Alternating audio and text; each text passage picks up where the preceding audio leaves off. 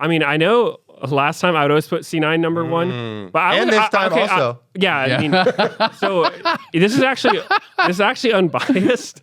And I'm surprised. I'm surprised you guys didn't think shocked. so too. I'm surprised you guys didn't put C9 higher because higher than second.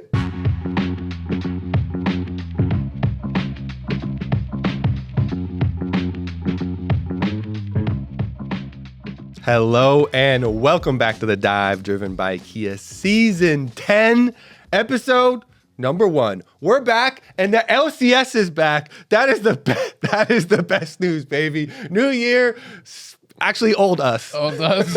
really, really, really old us. it's gonna be so hard not calling it LTA anymore. Shut up. You gotta struggle with that one. I mean, I guess we'll just have to call it LCS. All the 1 year of history. I started changing early, so it's You never changed. I never changed. You never changed. I called it LTA maybe like one time. Yeah, by accident. Like right after Under duress. Mark yelled at me. Mark's off camera with a gun. Because this is season 10 though, this is 10 years. We have been doing the dive for 10 years. That is crazy. That is crazy. We started it. Jat was the original other member. I remember the room was like a couple doors down over there. Audio only. The first one, yeah, we had audio only. How many episodes? I feel like most of the first season because they didn't believe in us. They were like, we weren't worth cameras. who's gonna listen to you idiots talk? And who's gonna look at you idiots while you're talking? Definitely not. Don't want to look at you. No videos. Meteos, what were you doing 10 years ago? I believe you were a little, you're getting a little famous. Well, I mean, you're making me feel real old because this was season 6. This was like when I rejoined Cloud9. Yeah. The early years was like 2013, 2014. Those were like the golden years for me. So yeah, I don't know. So you were already past your prime is what you're saying. You were already downhill. Well, we still made Worlds in 2016, you know. Still had a pretty good season. Didn't win NA, but we got to the finals. Didn't win Worlds either? What the Yeah, surprisingly. That's crazy. Yeah, we didn't even win Worlds. Yeah, that was where there was like the 60-minute Lee Sin meme that I still hear about every single day, which is, you know, it is what it is. I remember right over the Raptor pit, big kick right there. I was casting that game. I can see it. I can still see it. Yeah, I can still see it too. I still remember. Yeah. All right. What about the present time though? Because we've been on break for quite a while. You had a couple of small changes to your life. I had some bigger ones. I got the LA super flu I was sick for like freaking 2 weeks. I don't know if I still sound weird. And Travis got me to start playing Pokemon Go. Oh, nice. I'll put my friend code in the comments, by the way. You've been getting your steps in out there catching Pokemon? It's actually so fun. I played like when it first came out, Yeah. And like, everyone would be like, you see people walking around it was outside wild at first, and down by the pier, it's just huge groups or whatever. But yeah, so I got back into it because there's like battles and all this stuff.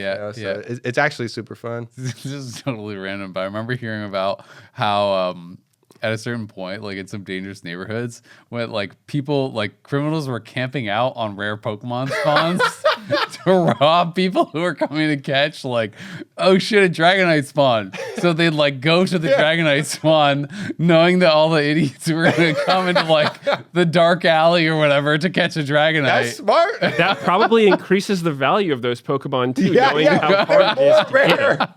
Yeah. I remember hearing like that shit is crazy. Like I don't care how rare that Charizard is. I'm not walking down the dark alley. That is crazy. I mean, there are lots of like, especially when it first came out, there were lots of bad stores too because people were trying to like min max, so they'd have it like mounted in their car and stuff, and they'd be like, "Whoa, another couple idiot Pokemon people crashed today." That was crazy. But how has it been? You had the biggest changes of the off season, biggest off season pickup. Yeah, had a kid. It's wild. Been super fun, honestly. I've really been enjoying it. It's been different for sure, but having so much fun. Honestly, I didn't really think like when I was having a kid that I would be enjoying the like newborn phase so much. I always thought like I think for a lot of people, and myself included, I thought like when I was having a kid, I was like, oh, it's gonna be so fun doing all the things I did with my dad. I'll like go play sports, or we'll go, like whatever. My dad used to like wrestle with us and stuff when we were kids and things like that. But no, it's been super fun. She's really cute. Had a little baby girl, and enjoying it a lot. And we've been super lucky because she slept like 0 at night for first like, I don't know, a month and a half or something, which was rough. But now she's sleeping like 8-9 hours every night, like clockwork. So can you tell? She sleeps better than me. Can you tell what role she's going to be already? Giving off some mid lane vibes. Mid lane is where you want to be in pro, I think. She can have the super recall now and the upgraded boots. Yeah, she's got the Korean mom, so she's got the Korean genes, and she's got the world champ dad. So so she's resident, so you can be on. Doesn't even take an import slot. Yeah, got a Canadian passport, American passport. We're setting up. Clean. So, what year is she going to be eligible? That might be when we finally win. We'll see about the rules. Rules might change in the future. Might have to make an exception. Yeah. They're like, if you're a family member of current staff, then there you go. There's some sort of exception. Meteos, what about you? What you been? I saw you were talking about like streaming, and then your computer died. Oh God, that was terrible. So basically, I've just been playing a lot of League and like kind of TFT on the side over the break. I also went to Peru for my brother's wedding, so that was the first time going there. And that was super fun. We did like a lot of the tourist stuff, like went to Machu Picchu, and of course it was pouring rain the entire time we were there. Oh, how was that? I always kind of wanted to go to Machu Picchu. It looks amazing. It's really cool.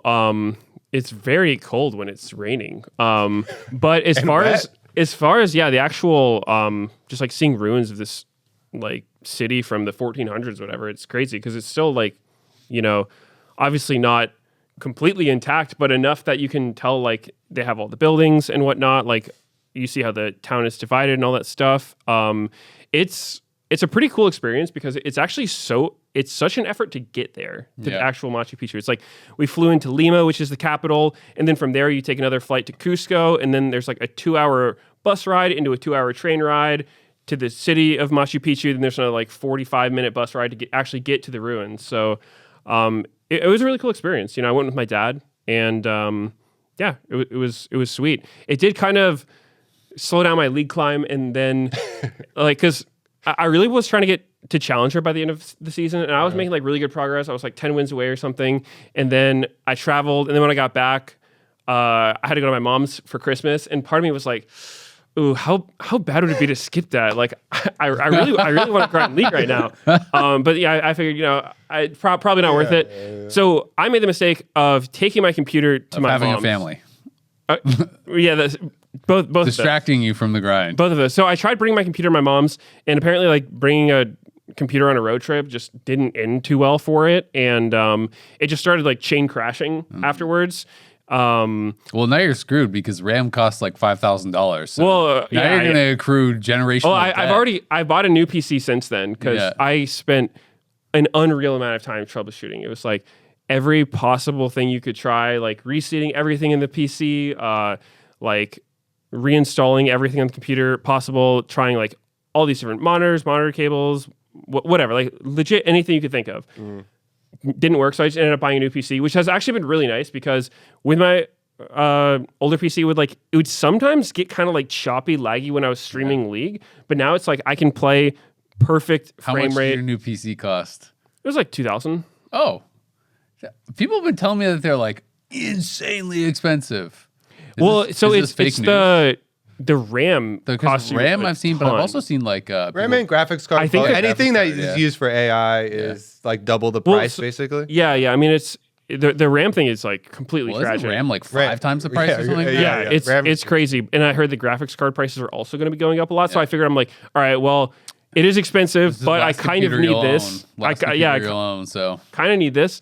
And now I got my new PC, and it's working great. And League is so smooth. Like I remember when I first started it up, new PC can run this like 15-year-old game on good settings while streaming. That is how that's the benchmark we're trying to hit. This whole time I was going to say, you don't need a superpower computer to play League of Legends. But I mean, when streaming it at high quality. Streaming you do, Yeah, and it's just been so smooth. I'm like, at the beginning of the season, normally, I don't play stuff that's like, like really feast or famine, but I was like, dude, it's so smooth. I'm gonna play Echo and like Case and all this. Were you stuff. able to like get a deal on it because it was around like Christmas, Black Friday stuff or something? Is that why it wasn't giga expensive?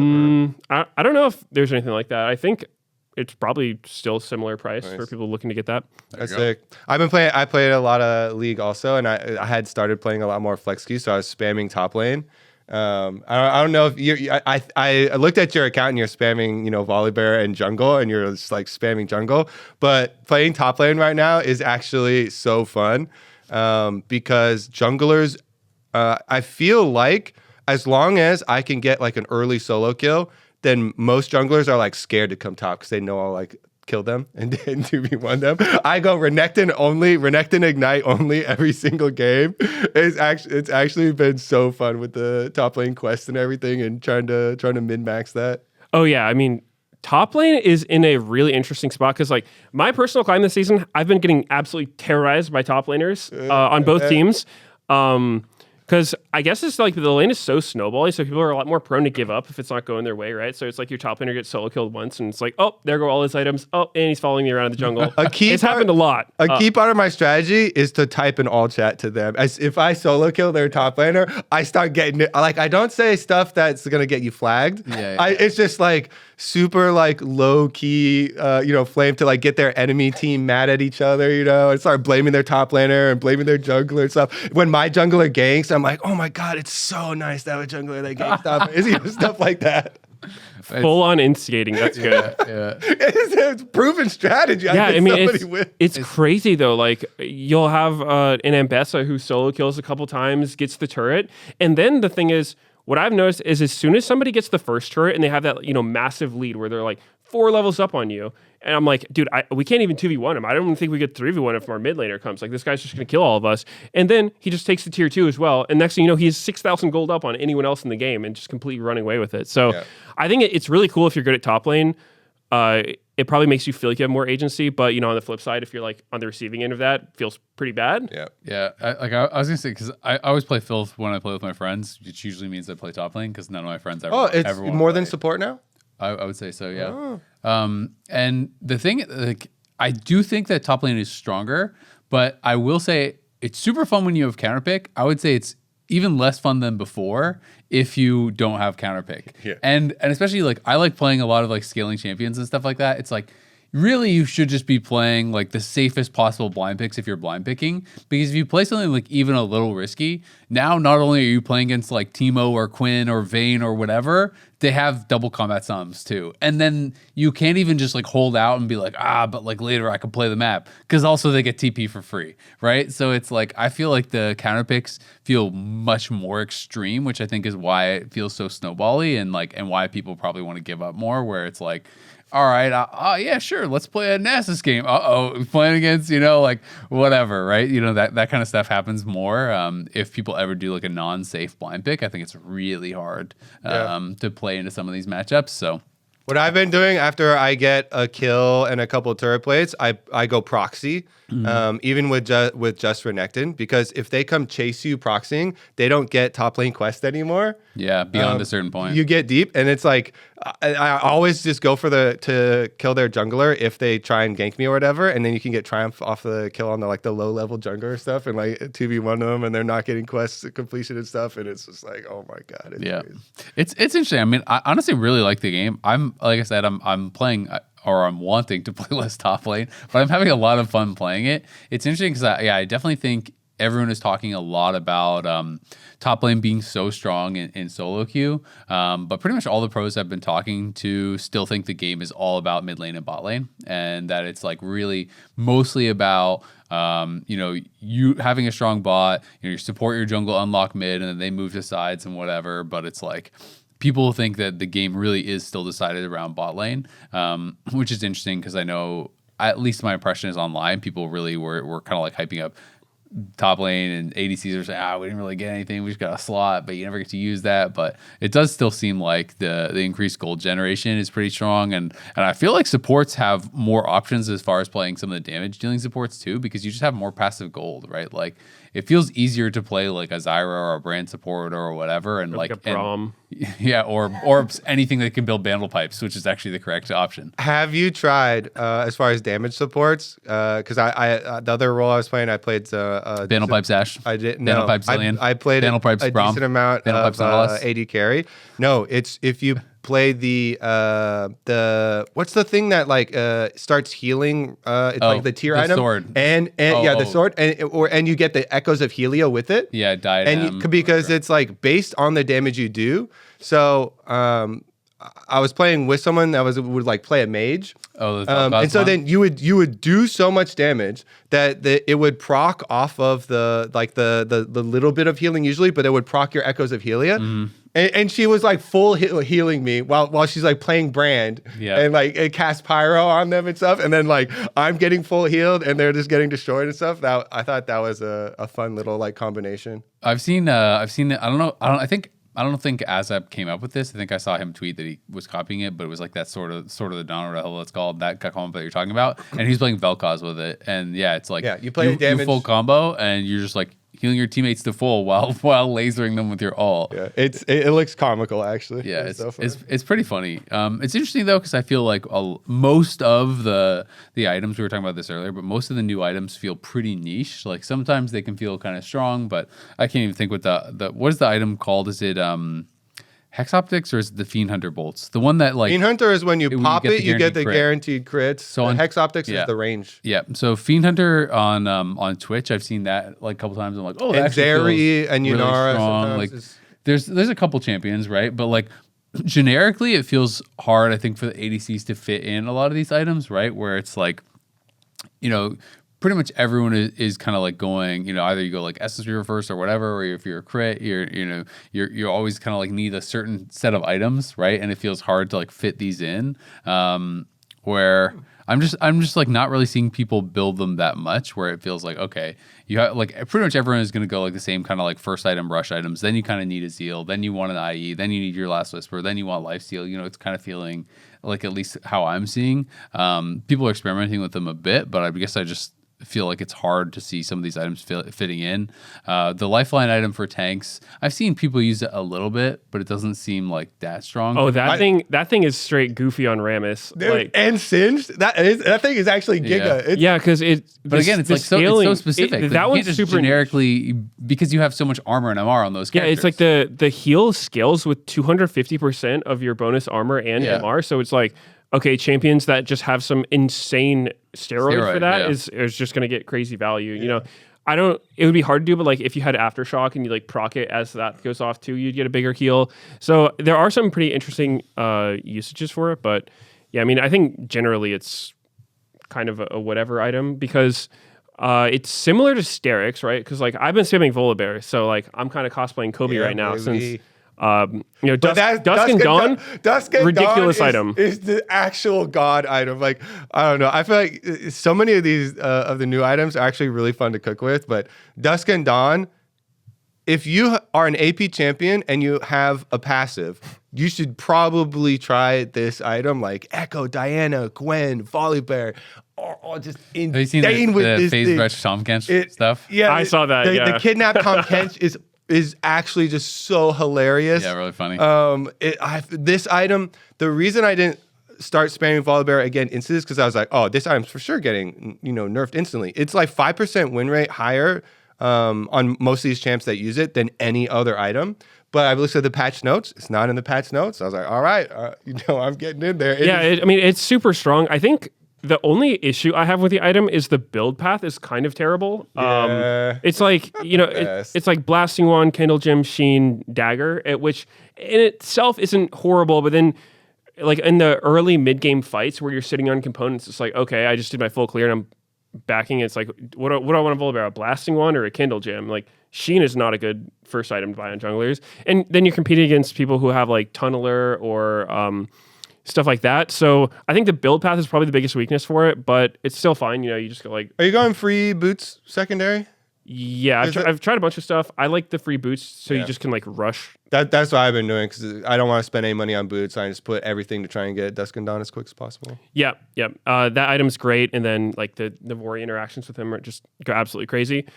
There's a lot of things with the Dusk and Dawn like double on hit that I didn't consider at first. How it will like it counts as 2 stacks for lethal tempo, so you get that stacked up faster. For your passive, it does the same thing, counts as 2. So a lot of just like really cool interactions with that, and I've been seeing a lot of more champs than I would have expected try out this item. You know, I've seen Kaisa use this item really well, Azir, a bunch of random ones I wouldn't have thought of, like Varus. Yeah. So yeah, I played Udyr with it also. It's good.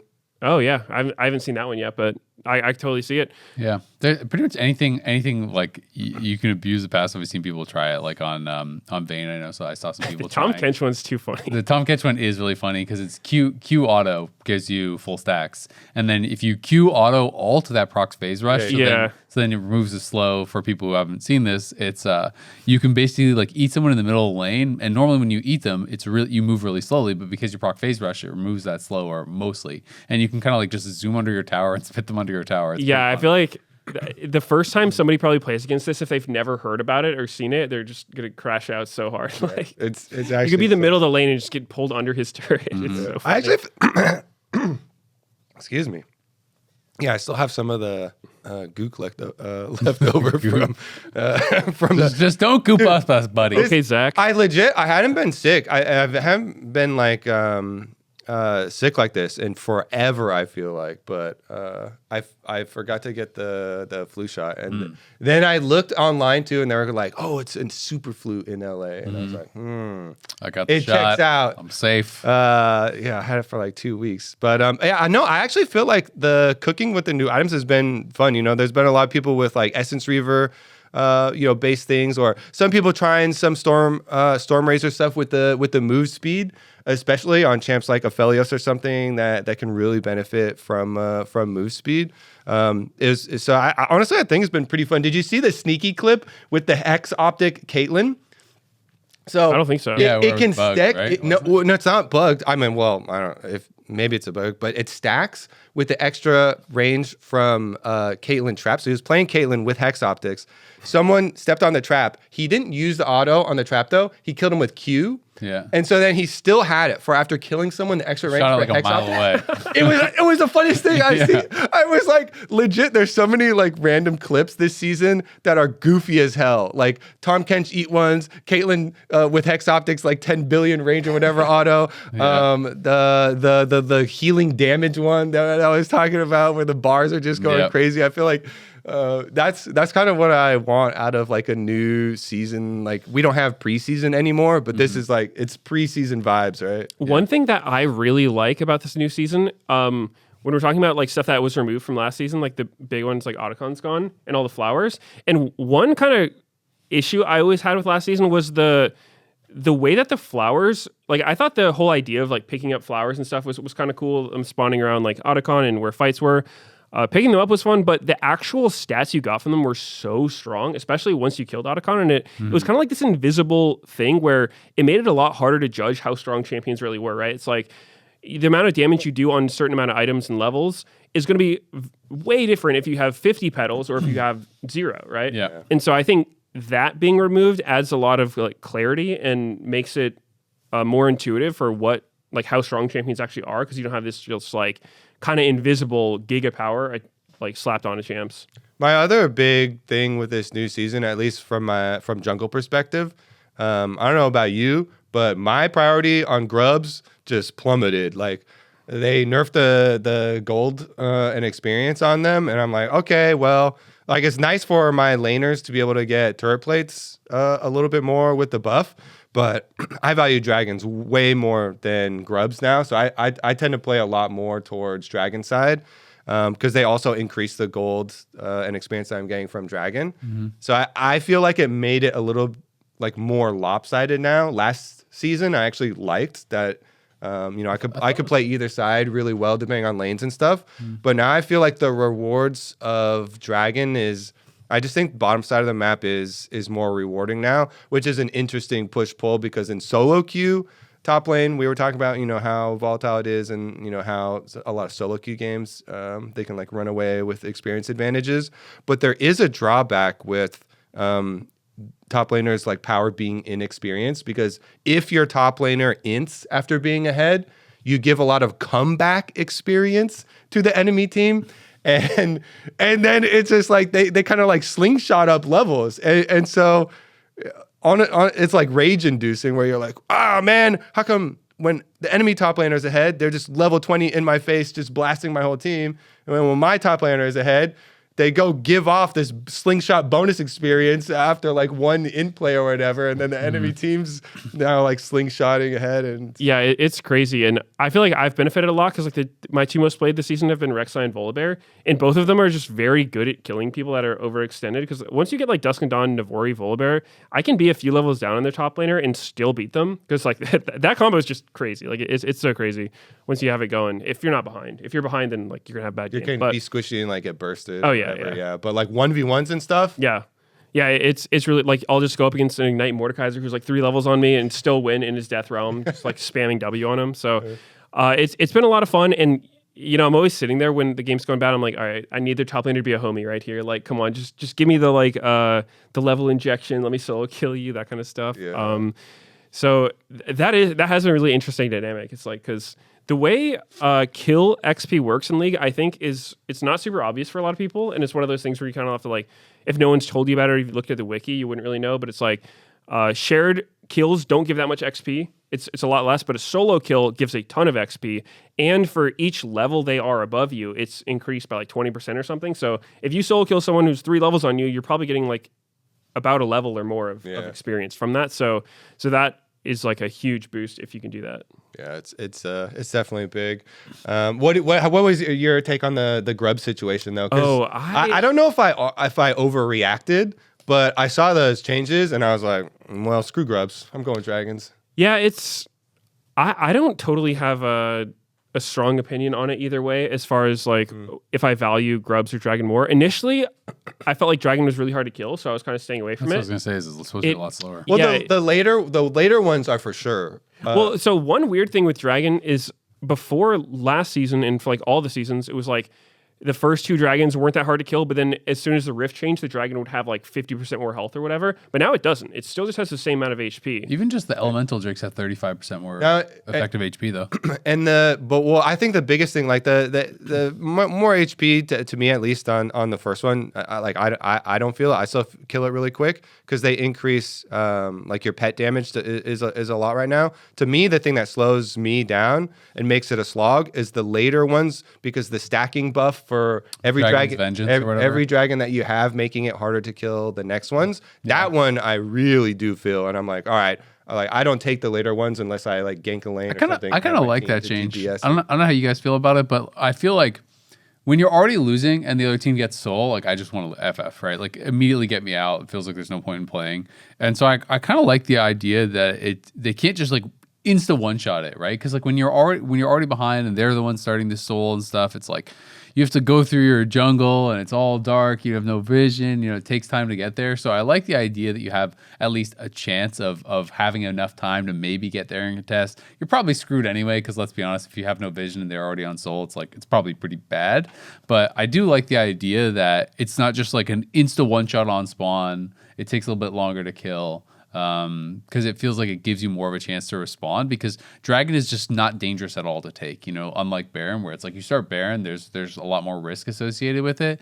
Like starting Dragon, it's not like, oh, maybe the Volibear will get low taking Dragon, like, no, you're chilling. You got that Kale perspective. You're always looking for comebacks. I'm early game champs. I want to snowball. I don't want my team to int. I want to force the win. Yeah, I guess I sort of view Dragons as alternative way to win if I feel like it's really hard to siege. Because one thing that I love about this season, and something that I had actually been hoping for a while with League, was like having sieging be an actual option within the game. Because what I've noticed this season is there are times where the enemy's ahead and they just group mid and they just start taking your turret and you can't do anything about it because the waves come in faster. Before, it's like always 30 seconds between waves, and I don't know the specifics of it now, but like basically it's faster.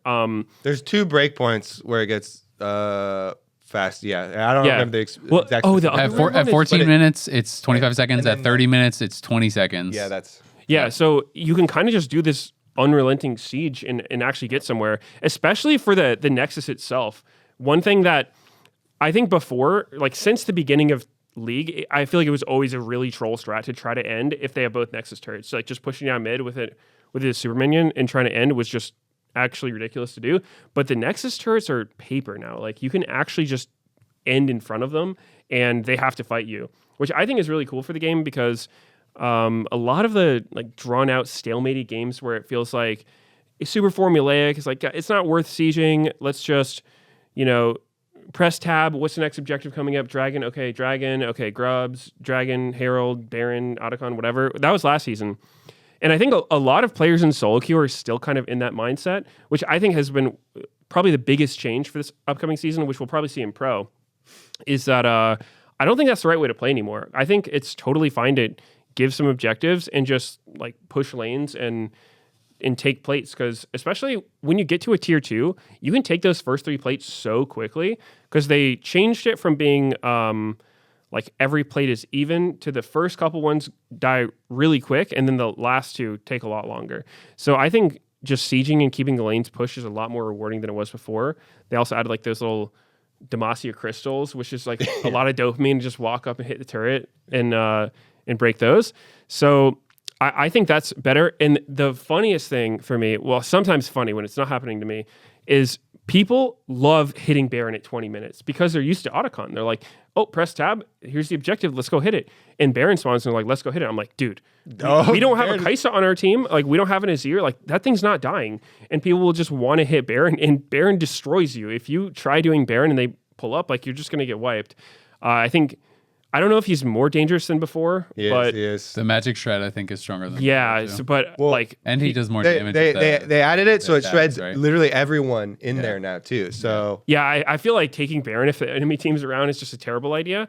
But the very objective oriented players who just are used to that being the only thing you can do are still kind of like in that mindset. And I think it's good to get out of that mindset and just be like, okay, it's actually good to keep people in their lanes and like just keep pushing all the lanes in. I like the turret plate changes a lot. I just think it feels fun. Like, even though there's not actually more gold in the tier 2s and stuff like that, it feels nice to be able to get incremental advantages, right? It's like if this guy is going to leave the lane, or if your team can't fight Dragon, okay, your jungler just died or your ADC just got killed. Like, it feels nice to be able to actually at least get something, even if you can't get the full tower. So I actually really enjoy those turret plate changes, and I feel like, even though I know logically it's not really that big of a difference, it still feels really nice. Yeah, I'm watching some of the LCK and LEC games as far as Pro goes, though, this last week. The games that were slow were really boring and really sloggy. The games that were fiestas were super fun to watch. Yeah.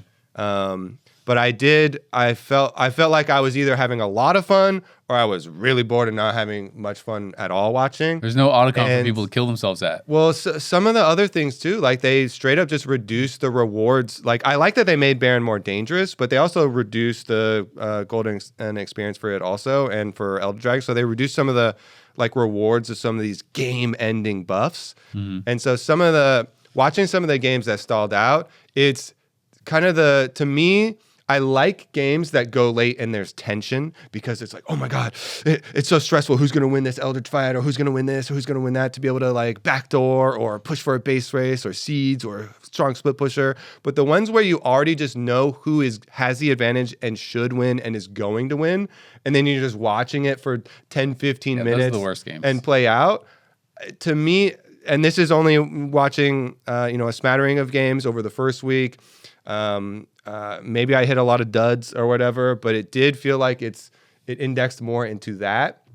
I'm hoping that either they make changes, or like maybe that was an aberration and we don't have a lot of that, because I know they talked about the statistics, because there was a very big community reaction instantly of like, oh, the game feels so fast paced now, which makes sense with the home guards and the increased minion waves and stuff like that. It wasn't really fast, but their data that they released for the actual game times was a little bit longer, even for average games, and not shorter.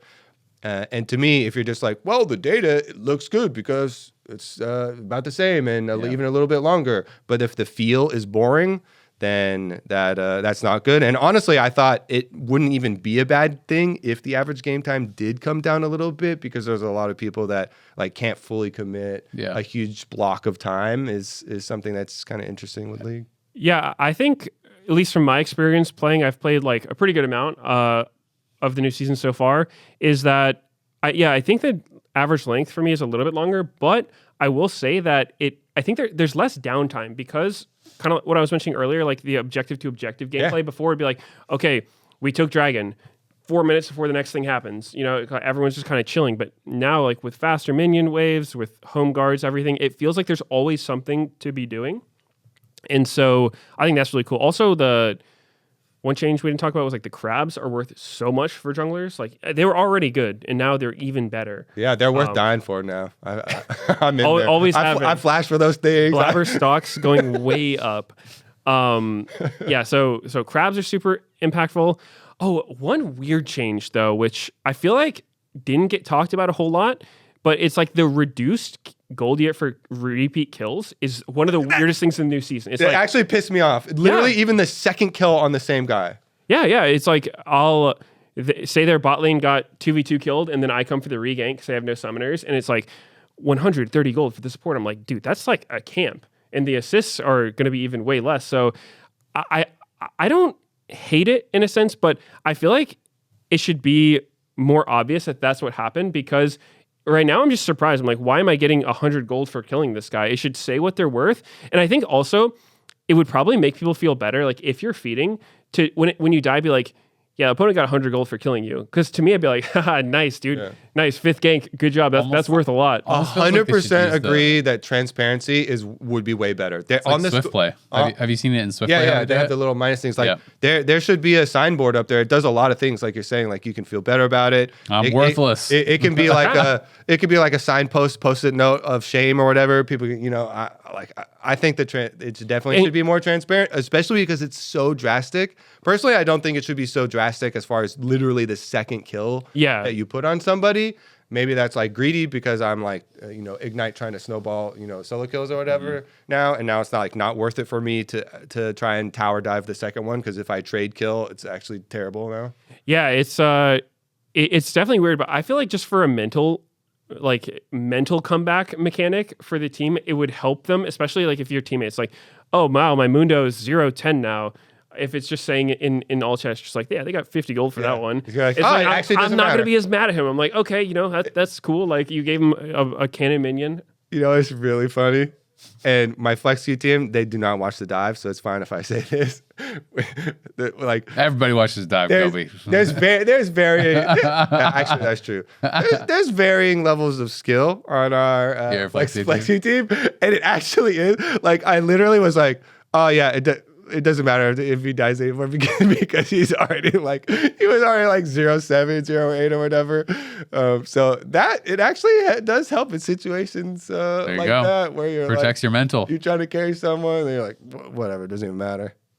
I don't know if it's just me, but I always get so thrown off on the when there's like less range minion, less melee minions or whatever in the waves. That change feels so weird to me. That one's super weird. I don't melee get minions feels so wrong. Yeah. I'm like, where's the last one? It's a Nico buff. Okay. How are we supposed to keep track of this? Yeah, I hope they bring back the third melee minion. Yeah. Get rid of the range minions for the cannon. That's fine, but the melee disappearing like that. It feels weird. It feels really weird. It really feels weird. Yeah. Every single time I'm like, where is it? Yeah. Is it? This is gone. But no, it's been fun. It's been fun playing new season. There is a new patch preview that just got announced. It's coming out soon. So Froxon tweeted it out. They do have some changes. Bandle pipes, I was joking about it earlier, but that is getting nerfed. 300 gold increase on the cost. Bandle pipes is ridiculously OP. I was kind of joking, but kind of not. Like when I've been playing support recently, I was actually realizing at first I was like, oh, this seems so crazy on Braum when the season started, because it's like, oh, you just apply a slow, that's so easy, or a stun. And then I was like, wait, what about like Ashe? Oh, that sounds pretty good. Oh, it's good on this too. Bard, Meep slow, your Q slows and stuns. That sounds pretty. Oh, it's good on him. All right, well, Zillion, your E slows. Oh, it's good on him. It's just like anyone you can build this thing on. It's OP, and it turns these tanks into basically enchanters. Because if you're melee, you give 30% attack speed. That's a lot, including to yourself. Yeah, I mean that's like an entire item for an AD carry worth of attack speed, right? It's like that's more than some attack speed items give AD carries. So that absolutely, I You're think just giving Lulu W to your team. I mean, if you just look at the stat efficiency on it, as soon as it is, you're like, okay. They do this sometimes where they want you to buy an item. Freak has even said sometimes like they'll do that with items, they'll do that with champions. Sometimes it's new stuff, or sometimes it's stuff that like they just want to bring back. And they just turbo, like they intentionally like make it OP. Mm-hmm. I think it's one of those situations where they're like, well, it's a new item. Let's make people buy it. It's gonna be super cheap. And if you just compare it to like similar things, I even saw some people doing it top lane. Like I saw like Sejuani top and stuff like that. It's like you give yourself the 30% attack speed too. I still think it's good at the new price point, 300 gold more expensive, by the way. Yeah, I'm sure it will be. And I like Bandle Pipes a lot as an item because this kind of fills this one niche that's been missing entirely from League, which is a tank item that gives attack speed. Because there's a lot of tanks where you would like to attack a little bit faster, right? And you really had no options for it before. It's like, are you buying a Wits In on Malphite, or even with just Heartsteel, right? It's like, I think anybody who's played a tank in ARAM with Heartsteel, which is probably most people by this point, it's like you're just so slow. You can't attack anybody. You're like, I want to proc it, but I attack once every 2 seconds. This is so miserable. And so having that option to have a little bit of attack speed, I think is super cool. It seems like it should even be good on like Shen and stuff top and lots of stuff. There's so many champions that just have random little slows in their kit that you can apply it so easily. Yeah, definitely. And I do want to say, I think this is like maybe the most fun season of League I've played, period. Like I think this season... most fun season ever? I think so. Like I think... Dang. I mean, because like people will talk about the early days, but like for me, I write those all off because there were still like Aegis where you had to buy every game as jungler. So I'm like, nope, I would never go back to that. But as far as like modern League, I don't know. I feel like they did a really good job of making like, I think a lot of these new items are super fun. Even if some of them are niche, it's like, it feels great. Like Dusk and Dawn Echo, like that is dopamine. You just EQ and get your passive, run around. Yeah. I've been having so much fun playing. Same. Yeah, a lot of fun. And then for this next patch, they're hitting a lot of the junglers that are like, in my mind, I'm like, why is this champion in the jungle, right? It's like Zed, Jace, Gwen. A lot of these junglers, they're not necessarily good because they do stuff junglers are supposed to do, but it's just like they just full cleared 20 seconds faster than champs that are meant to be junglers. And I'm sitting there like, okay, dude, like you just showed up at the crab before me with a full buy. Like you have 2 long swords at the crab. Same, bro. The Zed. Yeah, looking to use Zed. You're saying Zed without saying Zed. Yeah. Real hard. Well, actually, you did say Zed earlier too. So. Yeah, I mean, they're hard nerf. A big nerf. Yeah, they're hard nerfing that. So I think it's great because, I always feel a little weird when there's assassins like Zed and Talon in the jungle, because I'm like, I think part of the cost of these champs should be the fact that they're have a bad laners. Laning phase. Right? It's like they have to get through their laning phase. Yep. And more so than that, they also have to like be in lane to farm, because like, let's be real, Zed will just one-shot you from like a full screen away. And as an AD carry, there's not a whole lot you can do about it. And you need your team there. But when you put them in the jungle, which is a role where like they're just obscured most of the time, I think that's, not too cool for the AD carries. Yeah. Well, on the same token, like they're kind of giving with one hand and taking with the other in this patch, though, because they're rebuffing Aatrox. And Aatrox is one of those to me where I'm like, this guy has just been a top laner for so long. I mean, the previous version, the attack speed reviving Aatrox was a jungler also, if you want to count that. But they're rebuffing his monster damage and just rebuffing regular Aatrox anyways with his passive damage scaling. So I'm like, well, they're taking a little bit back with that. But I am very happy that Jace is also on the list, because I don't know if you have been playing against it, but not only in solo queue, but also in pro play. I talked to a lot of the pro play junglers at the beginning of the season to try and get stuff for like climbing ranked and stuff, since a lot of them got to play on the tournament realm and were like screaming in Korea versus Korea teams and stuff early before the patch even came out. And they already, even before the patch came out, and they were just tournament realm scrimming people, were like, Jace is mega OP in jungle. You should get on this. And I was, and it was fun for a while, but even like LCK and LEC games that we're talking about, I'm glad Jace Jungle is getting nerfed, because that champ comes up to you with one item, EQ, you're at 50%. 2 items, it just starts to get even worse. And like talking about sieging, he can see. Yeah. Oh yeah. Objective setup is crazy. First strike Jace is just crazy. It's like he comes up with Yomu's opportunity when you have like maybe one item completed, shock blast you, and then you switch to melee as it hits them, so you get like the melee first strike gold, and you press tab and you're like, wow, this guy's gotten like 600 gold from first strike, and then he has cash back, and wait, why is he full build like when I have 2 items? So yeah, Jace doing some nasty things in the jungle. Absolutely. I do think so. Have you guys played in Malphite jungle? I feel like that's getting pretty popular. Oh yeah, it hasn't been like permanent in pro. It's getting banned a lot. Yeah, I saw some not LEC, as much as Jace, but it's getting banned a lot. Yeah, I saw it get through a couple times.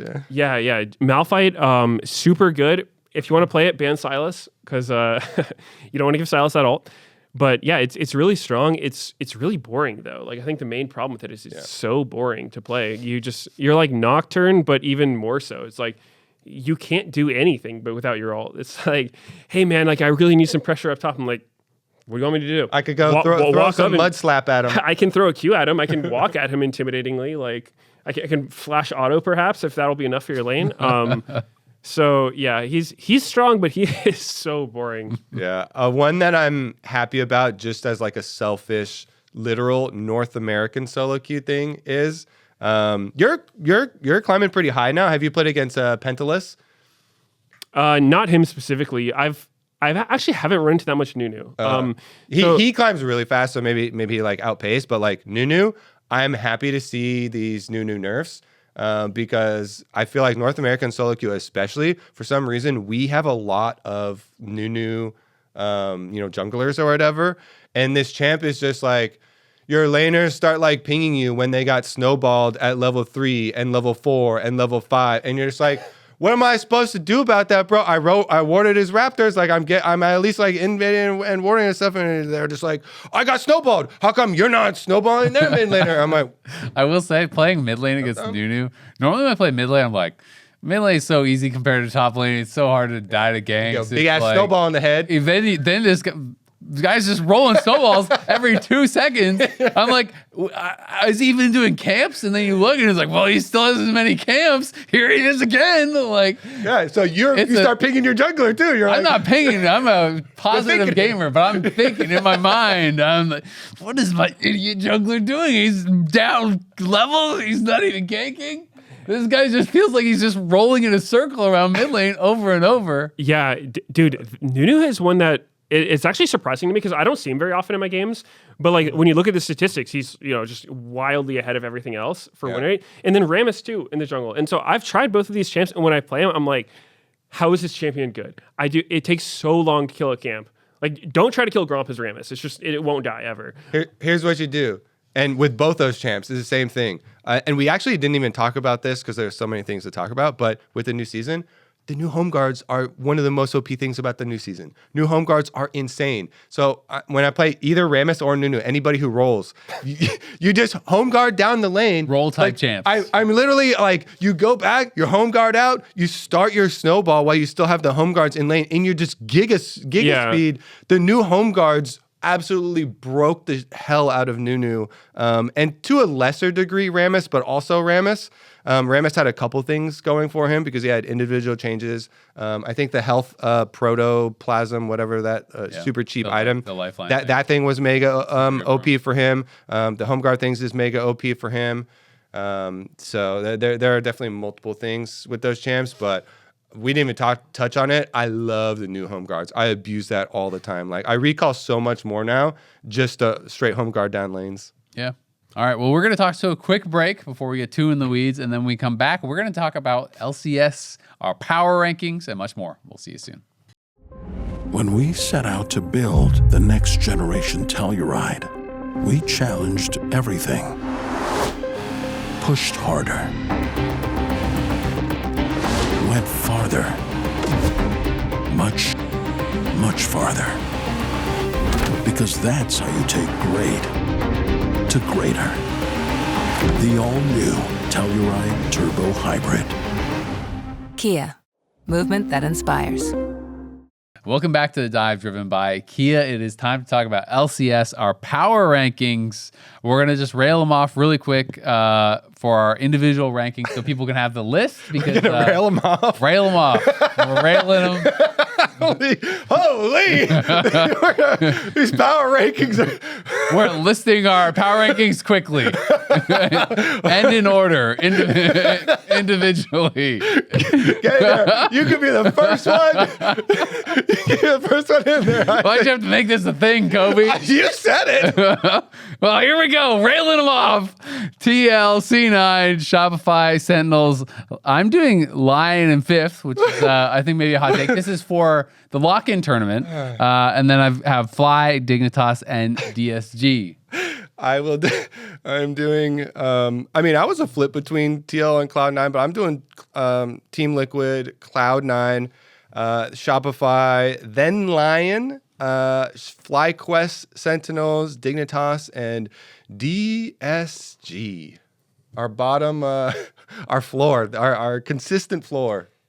All right, I've got a slight change. I have C9, TL, Lyon, Shopify, Sentinels, FlyQuest, Dig, DSG.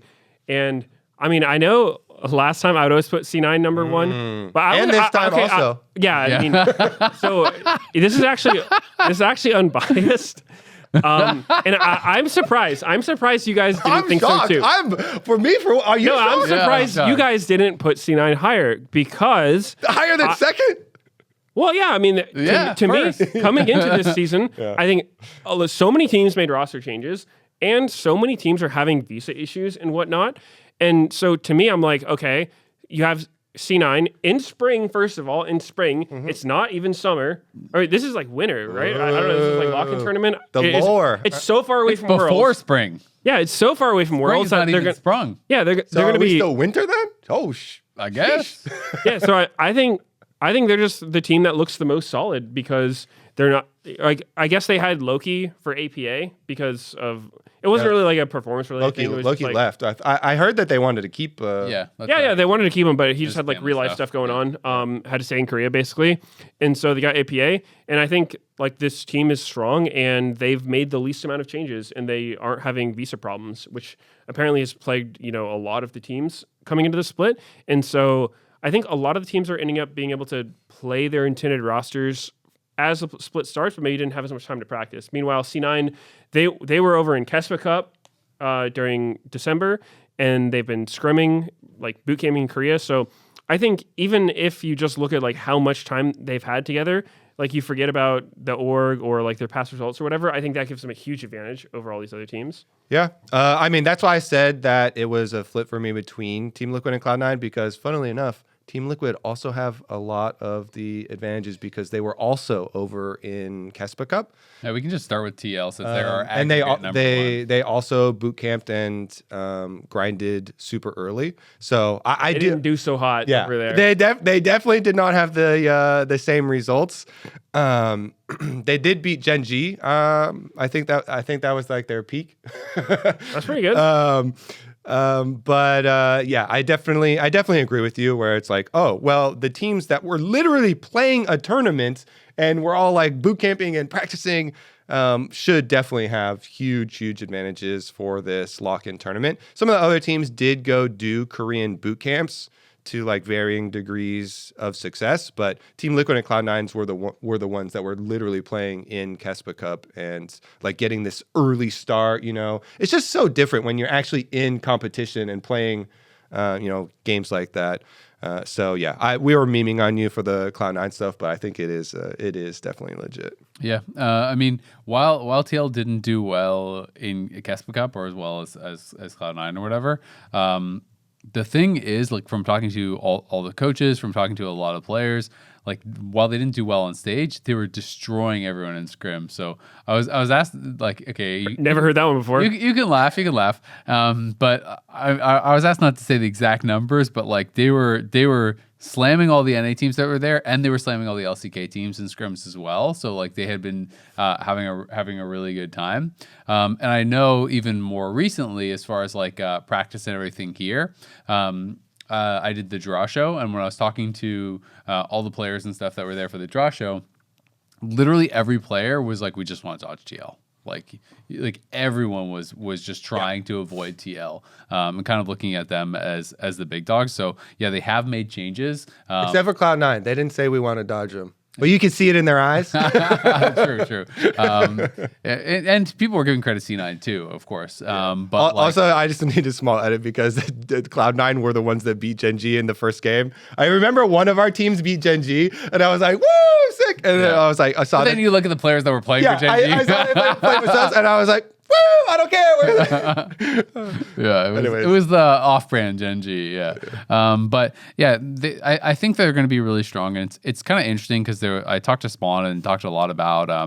I think people were kind of had this expectation that like once they got Quid that they were going to be getting Inspired and this whole super team thing. He said they were never actually even interested in Inspired, and that they weren't really pursuing him. He said that they had like maybe one quick phone call, but it was never something that they were really even going after. And it was kind of interesting.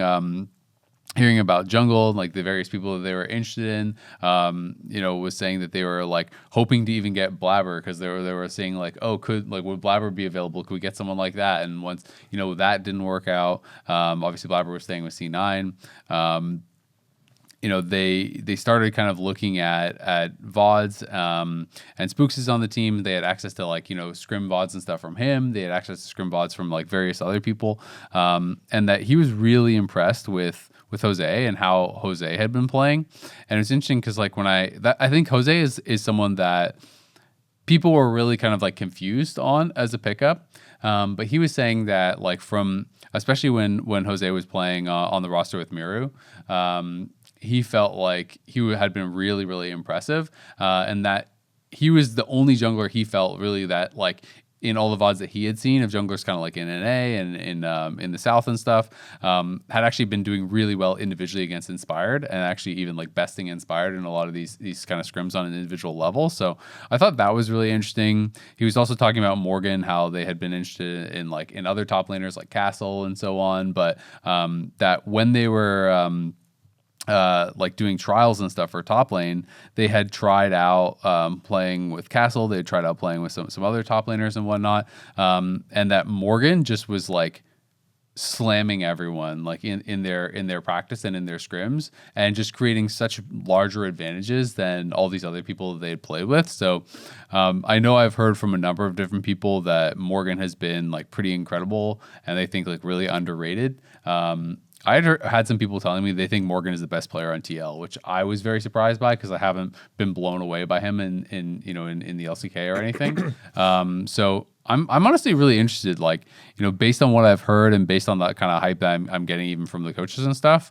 If Jose and Morgan are going to be as good as people are telling me, like this team I think is really, really scary because Quid, everyone knows, I think has been the best mid laner in the region for a bit. And Yon and Core, even when this team sucked, looked like potentially the best bot lane in the league. Yeah, I also talked to them and I have some specifics as well as far as individual things that they really, really like from those players. For Jose, he kept on bringing up the mechanics, the fact that he consistently gets super high rank every time they go to Korean boot camp, and his mechanics in like individual fights and 1v1s. And for Morgan, they specifically wanted someone that could play on the same tempo as Quid, which I think is really important as far as your solo laners, being being able to complement each other's game plan. So I thought that was actually huge. And then I remember he said that Morgan even exceeded their expectations that they had for him. As well as, I don't know if he mentioned to you, but he was like, I love Morgan out of game too. And he's like a huge leader for the team. So, I mean, that's always nice to hear because Team Liquid literally released a video about how terrible their team environment was last year at the end of last split. Mm-hmm. And it was like, it was that was the main point of that video. And, they had the meeting afterwards and there were all of the players and Spawn themselves were referencing it was just horrible. And they knew this has to get blown up. Yeah. So it is really good to hear that after like such a terrible split of team environment, now presumably they have a really good team environment, and Morgan's fitting in well and being a good leader for the team. So I think all of that stuff like bodes pretty well for them. Also, I know for Cloud9, some of the changes, bringing in Dom full time, and them all, like Meteos was talking about, having so much time together, and then bringing APA in. I don't know if you guys saw this on Twitter, or I don't know if anyone actually calls it X, but No. APA. Nobody does. Yeah, No. thank God. APA. PowerPoint presentation. Yeah, APA literally, he made a PowerPoint presentation about like his origins and his personality. Yeah. And I saw some of the actual like slides and stuff, and it was like, I don't know, that's just heartwarming, because like you're going into a team that me to say like their synergy is like this already, right? They've all been playing together, and then like they might be a little sad because they wanted to keep Loki, and Loki had to leave, and so he comes in, and APA is always this big personality stuff, and so he's like making a presentation, and I don't know, seems like they probably are meshing well over there too. So I'm hoping that like we start out Lock-In tournament with the absolute biggest banger. You did a good job on the draw show, pitting Cloud9 and There Team you Liquid go. together right out of the gate. Rig the shit out of it. Because by all accounts, these are the top two teams, and both of them have like good in-game and out-of-game prospects. So I just think that matchup is cooking up to be an amazing start to the LCS return. Yeah, it's gonna be super interesting, man. Cloud9. I from talking to an Arrow, he seemed like really, really excited about how things were going and how APA was kind of coming into the team, and like how APA was bringing kind of like a different vibe. Because one of the things that he was really talking about APA being really good at is like, obviously like he's very vocal, he brings in a lot of shot calling and stuff, but also how he's someone who really has the propensity to like, when he is creating advantages, he's really good at being able to see the best way to snowball the map, and kind of like, doesn't need to be prompted or asked to be able to, take his lead and kind of like give it to others. That's kind of naturally the way he likes to play the game, which I think is pretty cool. And he was talking also about how he was really liking working with Dom, and like he's like, Dom is just like a regular coach. It's not like some weird, different thing. But he was some weird content creator person. Yeah, but he was just saying, he liked it. It felt like it worked right away because he's really knowledgeable, has lots of experience, has been around for a long time. So I think it's pretty cool. And I also think, when I think about, to me, like we haven't seen it yet, but I feel like there is room for top lane, even in competitive, to go more aggressive with counter picks and to play more that lane dominant style and to use combat sums. And when I think about that, I think about Thanatos. I think about Cloud9, right? Like he was by far the best laning top laner in the league last year. I don't think there's any argument. Like even when I was on the Bwipo side of who's better, it was about how Bwipo was playing the map and its unique picks and different things like that. So I feel like that is a style that could really work well with APA. If APA is going to play some of these facilitating picks that I think are really strong right now, Ryze, Galio, Talia, picks that can move around the map with the tier 3 boots, the fast recalls, all these things, you can get out to these side lanes. And I feel like if there is a team that I was looking at to try to experiment with some of these, double combat sums, dominant top lanes, like Cloud9, I feel like really should fit that bill. Sven is like Mr. Stability on the bot side. Vulcan's really aggressive and likes to play the map, and APA wants to play the map too. Like I feel like that's kind of like a recipe to try to snowball Thanatos, and I feel like that could work really well with the game changes. One thing that you made me think of while you're saying that is this is it's probably a pretty hot take, and I hope it's wrong, but I feel like lane swaps might come back with the changes they've done. So I think with the quests. I think the idea of quests is good, but after playing with it and seeing some people, like I worry that the quest might not be enough to deter it. Like I think you could, like if the option is go into a terrible matchup where you're going to get completely slammed, or just lane swap and just get super late quests, it's not that bad, I think. I think the quest might not be. Why'd you speak this evil into existence? So because it's just the truth. I don't know if this is a hot take, but I think I somewhat agree with you. But I think it is too much once you are already in game. I think what people will do is they will roll swap in champ select. So I think that is what they will do. Are you allowed to do that? I don't know if you can do that in pro play. That's a good question. Yeah. But like Wow. in solo queue, I actually think that is the correct play sometimes. Like if I blind pick Malphite and I'm playing against, I don't know, like whatever, Silas top or whatever, it doesn't matter. I'll ask my mid laner, like, you play top, but you can't move there in game. But if I swap mid lane for top lane in champ select, I get the mid lane role quest as Malphite. And if they didn't guess that I'm doing that, they can't move their champion to now match. Yeah. So that is something I do have a bit of a concern about. I was thinking about, because I was like, man, I hope it doesn't become something so stupid where we're just doing role roulette in champ select, where it's like everyone locks their champions, and then at 20 seconds or whatever, we're all fucking just swapping back and forth, and you're just guessing where they're going to go. Honestly, though, that's not very different from flex picks, right? Yeah. Because you're swapping your roles. It's like, I have a flex pick. Move once you're in game. Yeah, that's the big difference. Yeah. And that's still accomplishing what the quests are intended to do. And I don't have a problem with flex picks. So I don't actually have a problem with swapping roles and stuff like that. If you want your the human that is playing that champion to play the other champion or whatever, and you're fine with role swapping, to me that just kind of feels like a flex. And there's a cost to that because draft. you're now having, APA or whatever laning top and Thanatos is laning mid, and you have to play that role.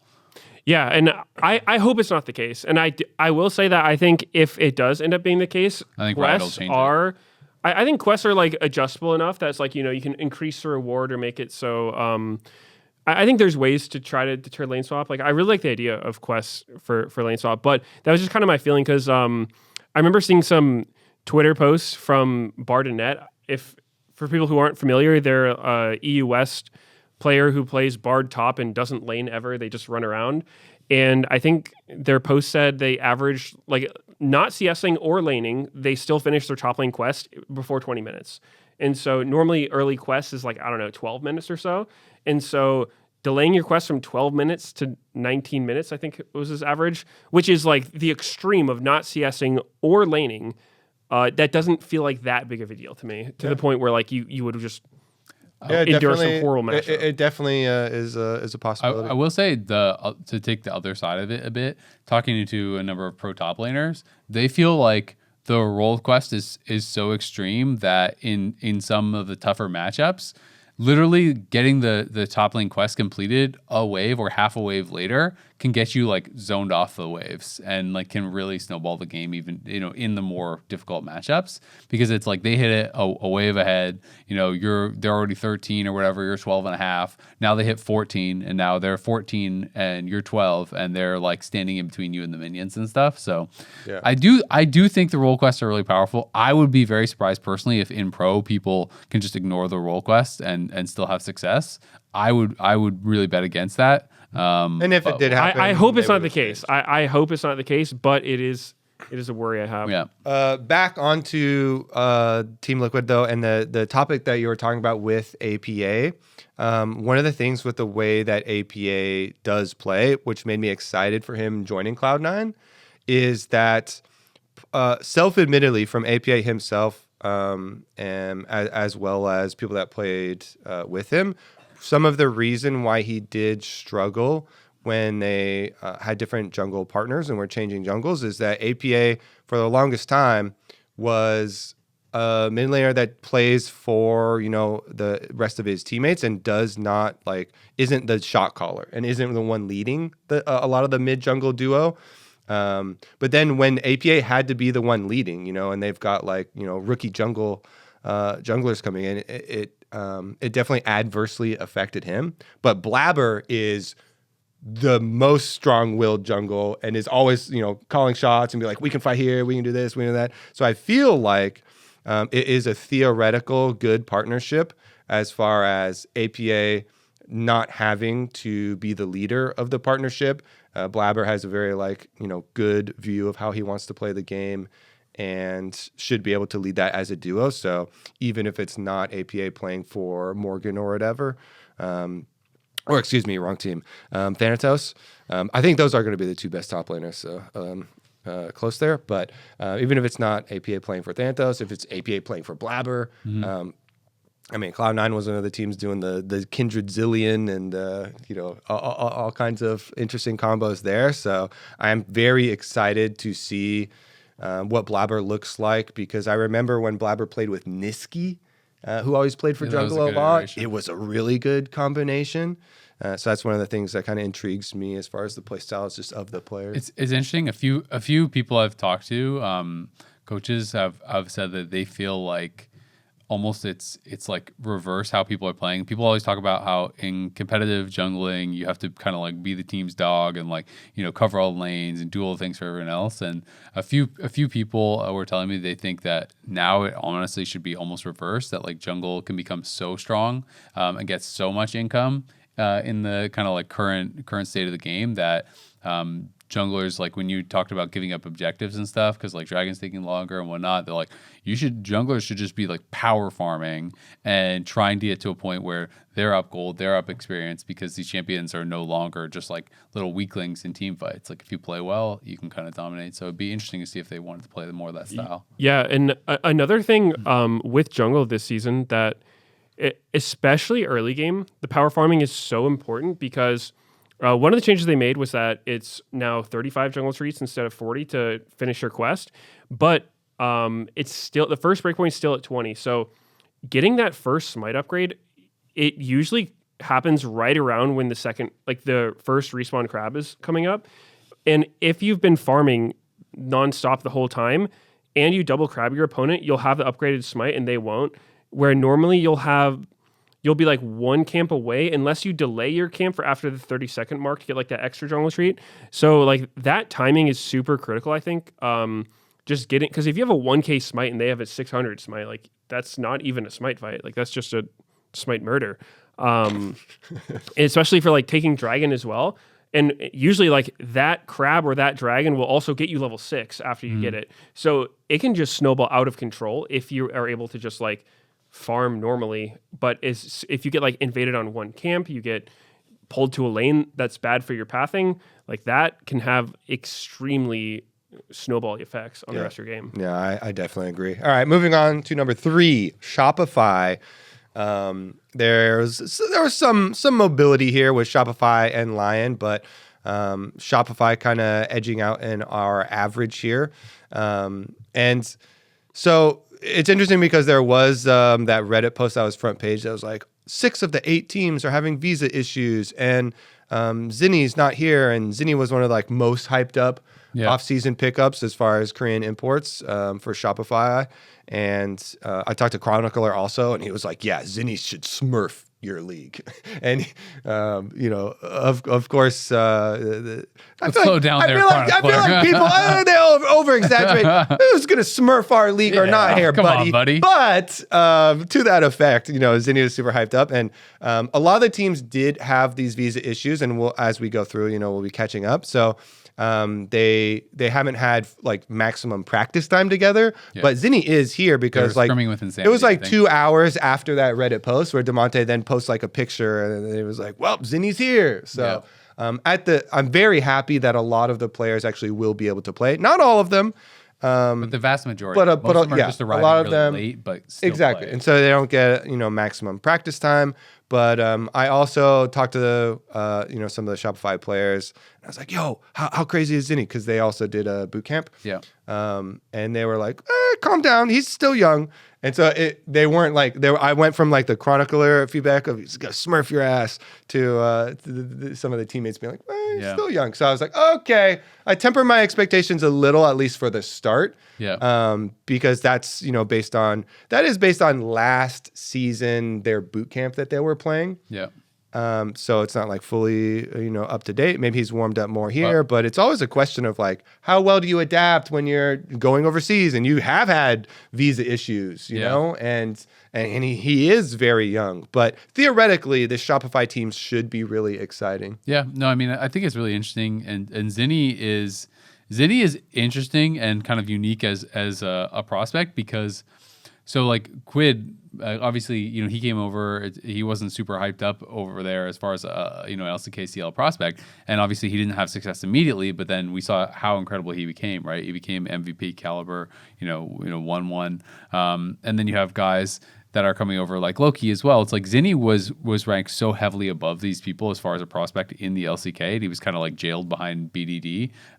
But from what I had been told, even the KT main team and stuff was considering using him for this year, and like had interest in using him for this year.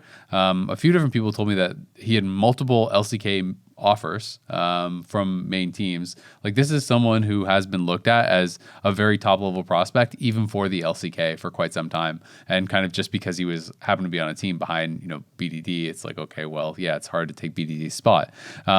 So it's, they were talking to Demonte, like they were actually like pretty surprised that he was interested in coming, but really excited that, he was interested. Because generally it's like, if you get LCK offers and you're in Korea, you're probably going to stay in Korea. And he was talking a lot about how they really wanted to get people who were really focused heavily on effort, because he felt like they fell off super hard at the end of last year, and he felt like that was a lot based around a lack of effort, and that like that had kind of fallen off. And so like they wanted to get someone who kind of, like, as he put it, had like young energy and was like really like a grinder and really dedicated. And that's something that they are like super focusing on, for their roster and for their kind of mentality coming into this year. You just reminded me of a short, quick story where when I talked to Demonte, the first thing he messaged me back about Zinie, he's like, "Oh yeah, this kid is cracked. I played him in so many mid lane matchups, and he beat me in every one." And I was like, "Well, I sure hope so, buddy, because you haven't been a pro player in a long time." Yeah. But he was like, "Yeah, he's so cracked, man. He could beat me in 1v1s." Yeah. That's funny. Well, Demonte, I think he's pretty good, because did you see that? Yeah. He's been climbing. Yeah, there was like that duo. Oh, shout out to Shynock, because that was really cool. Yeah, actually. The duo competition. David, I didn't see how it Tag ended, team but duos. yeah, I saw in the beginning, it was like Revan and Demonte had some crazy win rate. Like, they were actually like close to the pro players. And granted, like, duo is going to give you a pretty big advantage early on compared to soloing, but it still was cool to see, right? It's like, I love the idea of coaches actually being good at the game, because it's like you can kind of say whatever you want about League, and you never really have to prove it, but being able to like sit down and be like, yeah, like, see, the stuff I'm saying is valid because I can do it, gives a lot of credibility. So I thought that was super cool. And I think for Shopify, they were so inconsistent last season, like last year, right? It was like they could look like the best team ever or the worst team, depending on the week. Mm-hmm. And not to put it all on Palafox, but I do feel like his performances were a big part of like if the team did well or didn't. Like, when they were doing well, he would be playing out of his mind, like best mid in the league. And then when they weren't, he would be like, oh my God, like what is happening out there? So, I mean, this is pretty much the same roster minus mid. So I think they kind of got that same thing C9 has going for them, like the synergy, and then bringing in a new player who, like you mentioned, Azael, if they're having motivation issues, having a new guy come in who's like, is just going to work really hard, is going to motivate everyone else too. Because you don't want to be like the guy slacking off, because that's just a bad look. Demonte also talked a lot about kind of like contracts and what they need from him to be able to get it, because he was saying like their goal is basically like their expectations, they need to get top 3, like go to Worlds, like that's what they're shooting for. And he talked about the motivation thing, but he was also talking about how they were just like too loose in like how they were playing, and they were just kind of like doing a lot of things off of like feel, or like this looks like a good fight, or this looks like we might win this, and not really necessarily thinking through like, okay, why are we fighting? Like, what should happen in the fight? Like, really trying to be more cerebral about it and plan it out. So he's talking a lot about that with contracts. They're really trying to focus on like him making sure that before he takes any fight, he has an idea of what should happen and will happen, like when they're going in, and really trying to kind of like have purpose in that. And he thinks that the game is like really lane focused right now. So he was talking about how for like Fudge and B-Boy, it's like their job is basically like just be good individually. Like that's supposed to be their focus, and the rest of the team is supposed to be these 3 people that are working together to be able to control the map and like make plays happen and stuff like that. And I do think it makes a lot of sense with where the game is going. Like, a lot of people kind of reiterated that to me, that they think it's super lane focused because of the role quest, because of the kind of snowballing nature of the 1v1s. So and a lot of teams, even I know, were saying that they don't even want to move their 80 carries for grub fights or anything, because they don't want to lose like role quest progress. So I think it's going to be interesting to see like obviously mid jungle support is always super important, but it feels like maybe even more so this season as far as like how they work together. If I see any AD carry going up to Grubs, I am reporting that guy. Grubs, I swear, Grubs are they're not good right now. So I definitely agree with whoever said that. Maybe. The other thing is, Fudge, I think you were the one who asked him about what he's been practicing or whatever, maybe during the draw show or something. And he was like, yeah, I've just been spamming just lane individual matchups and mechanics too. So, I think that does bode well with where Fudge was, if he can continue. Because Fudge's arc has been, up and to the right. So I think he is, if he can continue his improvement, back to the top there of top lane. Moving on to Lyon, though, here for number 4. They had Zamudo, and then with visa issues, this is one of the ones that did not fully work out. So sad, man. And he's just gone for the year, is my understanding. Yeah, it's second year in a row. He's just had, which is crazy because he's Canadian. It's not even like he's coming from some remote country. Like, this is Canada. Completely boomed. It's so surprising to me that you could have that kind of visa issues from Canada. Without getting into geopolitics, we have some visa problems from all kinds of places. We got some problems. Anyways, sure. Dokla, though, I do think Canada. I don't know. Yeah, I mean, I think Dokla is a great replacement. I was surprised he didn't get a starting offer just based on how he did last year. He did get an offer. It was just an offer on a team he didn't want. Just okay. He didn't get a good starting offer. Yeah. So I think that's great. I'm a huge Dokla fan, and I think he showed a lot of development as a player last year on 100 Thieves, where I think, like a lot of top laners, he came in early being like the Jace Irelia guy, Fiora, whatever. And then the last time he was playing, he was like the Rumble Scion teamfight tank guy, which I think that Lyon is really going to need. And he owned at Worlds. Yeah, he did great. So my concern with Lyon is that, so obviously they have Inspired, who's been one of the best junglers, or like the best jungler in NA for literal MVP. Yeah, for a while now. I will say, I feel like Inspired, he's had a lot of success with rookie teammates, which I think is definitely something that's impressive, right? It's not a bad thing at all, but it does make me wonder, how is he going to play with veteran players? Because I kind of feel like this team is, like, it's not that, they don't seem like they'll have a lot of synergy to me on paper, right? It's like, I could totally be wrong, but I feel like their mid laner Saint, and then they're bringing in Berserker for AD. These are like two really highly reputable Korean imports, right? Who I feel like are going to have a lot of expectations from their teammates, and kind of like from the past that they've been known to be kind of like that. And so I would expect Inspired works best with players who are just going to listen to him, like just devout followers. Just what Inspired says is the truth. Go. And so I don't know how that's going to mesh with Saint and Berserker, who are also like players who've had a lot of success and probably have strong ways of playing the game. And I found it interesting. One of the coaches I was talking to was saying he felt like one of the problems for Lyon is going to be just like philosophically, the way that Inspired thinks is correct to play the game is very different than how Saint wants to play the game. Because he was saying that, like, in his opinion, Saint really wants to be the guy to carry every game. Like, he wants to put himself in a position to succeed. He wants the focus to be on him from the beginning of the game to the end of the game, from draft. That's kind of like how he sees it, right? Like, okay, you put the resources into me, that's the plan, we stick to the plan, and then if I play well, we'll win the game. And it's kind of like how he saw Saint's vision of how the game should be played, whereas Inspired is someone who like doesn't want necessarily a plan in that way. He wants it to be like the game to be played more like naturally, so to speak, where it's like everything should be based on what is happening on the game, and the plan should be like free flowing, and so it's kind of interesting if you have people who have two kind of like very different visions on how the game should be played and how that should work. And Lyon, like I put them as 5th. It is a beginning for a lock-in prediction, and I know it's kind of a hot take, but a number of people I've been talking to were saying they think Lyon is really not good right now. A number of coaches, definitely said that they think they should still be like a top 4 by as they get more time and so on. But I had a few different people, pros tell me, coaches tell me they think that Lyon is the worst team in the league, which I found pretty shocking. because obviously expectations for Lyon are really high, and for Lyon as an org to go out and get inspired and try to build, whether you want to call them a super team or not, like Berserker, Saint, Inspired are a lot of big names and some pretty big stars. So the expectations are super high, but from what I've heard, it hasn't really been working yet.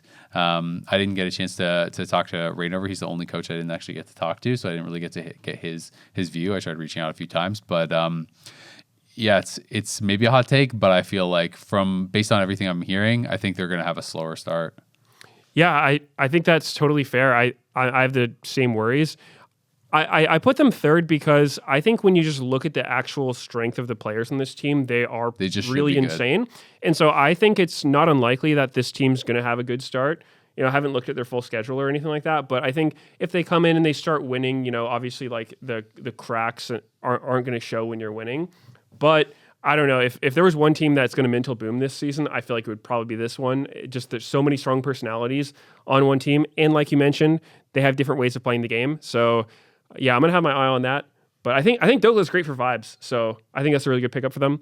Yeah, so many players from other teams have the opinion that they're waiting for Lyon to mental boom and fight with each other. Was it X who said that in Draw Show? I think multiple pros said it, both in the Draw Show and in the pros episode. It seems possible. Yeah. It seems very possible for this team. So we'll have to see how it goes. Yeah. All right, moving right along because we are deep in this already.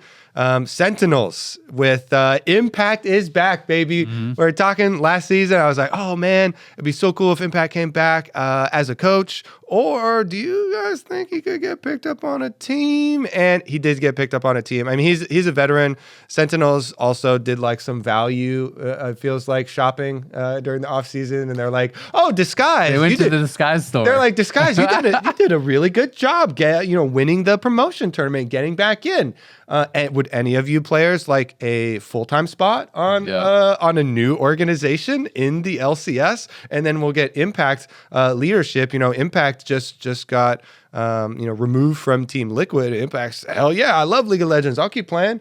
So he's back in. And then we got another bro player, Hambach, coming over to the league. And one of the fun things also about Hambach is that he in 2024, he also played with Zinie because he also played on KT Challengers. So I thought that was an interesting relationship. We're getting both of them over here. Zinie, of course, was the bigger of the stars there with them. But Sentinels, I mean, we literally had the GM on, and he was talking about, we're not gonna spend to win a whole bunch and go crazy right off the bat. But it seems like if their goal was do a lot of this value shopping and create a competitive Moneyball, competitive team here, they did that. I feel like they did do some good value work here. Yeah, I talked to Golden Glue yesterday. Was kind of talking to him about it, and he was saying he was really looking for players that he felt like were undervalued or underrated, based on that, and really trying to get players like the most bang for the buck, right? Like build a really strong roster without, obviously like they're not going to drop $1 million contracts and importing the biggest stars. So obviously it makes a lot of sense, taking a lot of the players from Disguised who had kind of better performances, especially towards the end of the year. The team kind of turned around, once they brought in Dark Wings and Rahel and everything. The team was definitely looking a lot better, so they brought them in. He said Impact is like really hungry to actually prove, that he is really good. And it's like, yeah, he had a bad year last year. Impact's not denying that. No one's denying that. But the year before, he was MVP, right? And so you definitely have to give him the benefit of the doubt that he can bring it back. This guy is without a doubt in my mind the best top laner that's ever played in the league. When you look at the all-time, he has done so much here across so many teams. He was really, really impressed with how Rahel was playing, even like in bad situations. And once they kind of like started with the DSG core, they brought in Impact, and then Impact and Rahel really wanted to work with Hambach. So like they both really talked very positively about him. And he was saying he kind of sees Hambach as like a similar player to River, where he's like really wants to be skirmishing all the time, really wants to play aggressive, really has belief in his mechanics and wants to like, challenge you, right? Like wants to fight you and look to outplay you and kind of skirmishes and stuff. So I feel like it could be a really exciting team. there's a lot of question marks. And I think for me, it's like no team can actually win, at a really high level without a very good mid laner. I just think the game has always been like that. I think the game, maybe even more so this year than last, is going to be like that. I think mid lane is so important. So I think Darkwings has to develop and has to have a good year. And I think, that is definitely possible. He showed some really good games at the end of the last split. I think he showed some pretty rough ones too, though. So I think a lot of their success is probably going to hinge on, can Impact get form back, and is Darkwings able to develop and become a consistent carry? Because I just think mid lane has to be able to do that. Yeah, you pretty much covered everything I was going to mention. I've talked to Impact a bit about it because I'm friends with him, and he seemed pretty excited about the team. And he did mention how like last year on TL, it was a really rough year for him, and he felt like the team atmosphere was super hard, where he was trying to balance like how he wanted to play the game versus like what like beliefs were being imposed on him from like coaches and the rest of the team or whatever. So he said like it ended up not looking very good because of that.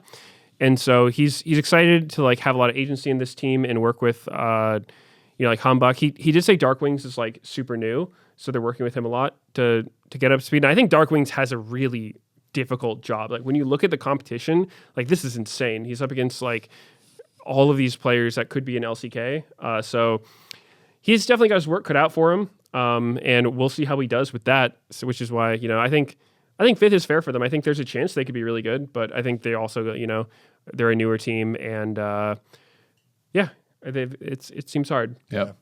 Another new team. Well, it's an old team, but all super young new players. FlyQuest is our next one up, which is really exciting. That we had really high hopes for this team last year, and it blew up, and they kind of limped out of competition with kind of exploding. Basically, it seemed like from the inside there are so many problems with this team, with conflicts between players, and everybody was just like playing for themselves at the end, and whatever. That blew up, and they didn't like meet the super high expectations that we had kept on building and building and building up for them for this big like finale. But if you're in a world where everything just exploded like that, I do like the route that they went, where they're like, you know what? All right, we're going to go up basically from the ground and get a bunch of young players, and really especially like Griffin, who they're able to get back from LTA South. He's been doing a lot of content already.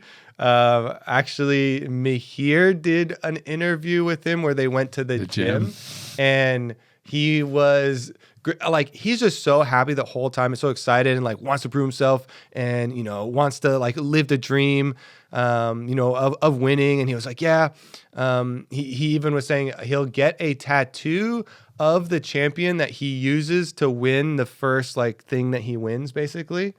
They have obviously Gakko's still super young, and they have Gakko's permanently now.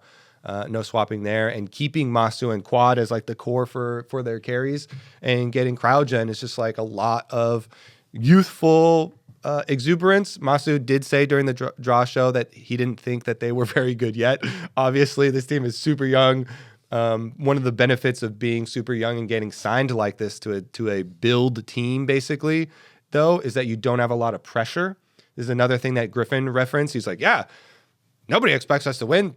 Nobody's looking at us as being good even at the beginning.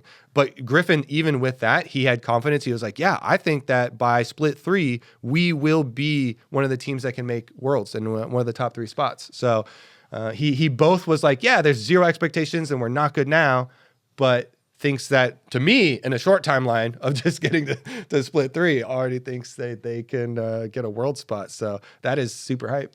I'm worried about this team personally. I don't have them bottom 2, but I'm very worried about this team because I think, coming off of, they were the best team in North America for like a year and a half, 2 years, whatever. Like they were just really good, but it's not the same team anymore. They don't have Inspired in Bwipo and Busio, which were the main characters of that team. I think that Quad and Masu are both new players who came in, and they basically just completely played the follower role, right? It was like they were good. Like, I think they played well, not trying to take anything away from them, but it's so different when you have a veteran leading you and you just have to like do what you're told. You don't really have to figure stuff out on your own. You're being given the answers and you just have to do what's expected of you. And then right now it's like their whole team is so green. I feel like you kind of want someone with more experience on this team, especially because it's going to be like it's going to be shell shock in a way where it's like you go from winning so much to they're probably going to struggle in the beginning. And I think that's very hard for a player, especially when you start your career so high up and then you have to struggle really hard because like your expectations are probably higher than maybe they should be. So I'm eye on this team. I don't have high expectations just because they're all so new. Quad we'll to be fair, has played quite a bit in competitive and stuff. Like he's not like he's not an impact veteran or whatever, but he has been playing competitive since like 2018, 2019, right? So he's been around for quite a while at this point. But I agree with you, and I mean, I think that the roles that they are filling have to change a lot, right? Because you went to a team. I mean, you lost your clear best two players. I think they were the best two players in the whole league, Busio and Inspired, right? You lost super vocal people in Inspired as well as Bwipo, and Busio was doing a lot of shot calling too. So it's like you lost all the vocal leaders on your team. Masu is much more like introverted and quiet. So is Quad, at least outwardly, and they're gonna have to do much more of that kind of shot calling role. I know. Even talking to ThinkGuard, he's saying it was like kind of a meme, but not really. Like just the idea that in comms, like there was like these big voices of Inspired and Bwipo, and in the early game, it's like Masu and Busio had lain together so much that they didn't even need to talk. So he said like they often just like didn't talk at all during the early stages of the game. It was only pings and stuff like that because they were just so on the same page, and that's just not possible when you're bringing in someone like Cryogen, who I think he literally just turned 18 yesterday or the day before. And he's totally fresh, and they haven't played together hardly at all. So it's like Masu has to step up into a role where he's now like leading the bot lane and talking a lot more and making sure that Cryogen's on the same page. And Quad is going to have to take way more of this leadership role. But that's so hard though. Having a player in my experience, anytime a player has to burden more responsibility like that, their own performance tanks so hard because you go from just worrying about yourself, following along, and now it's like, okay, I got to come up with a plan and like make sure everyone else is on the same page. Like, it happened to me when I was playing. I've noticed it with like so many players and so many teams I've been on. It's just like as soon as you start having to worry about everyone else, it's like your own performance. At least Griffin is pretty strong-willed. I talked to him a bit too, and there was like a meme in LTA Seoul where. They called him Batman and his support was Robin. Mm-hmm. And so, maybe he can grow into be one of these like strong jungle. This is where we're going, at least early game. That usually works really well. Then maybe they also are going to need someone for more broad like lane assignments and split pushing and calls and stuff like that. ThinkGuard is super excited about Griffin. Yeah, like he thinks he's like insanely good. He was really hyping him up to me. Like he said he thinks he's going to be like be able to get to the level of Inspired. Like he thinks that he's like that kind of a talent. And when I was talking to him, he was saying that they weren't like they had like a number of junglers that they were kind of considering and that they weren't like super hot on Griffin or anything. But he said that when they did an interview with him, he like blew them away and.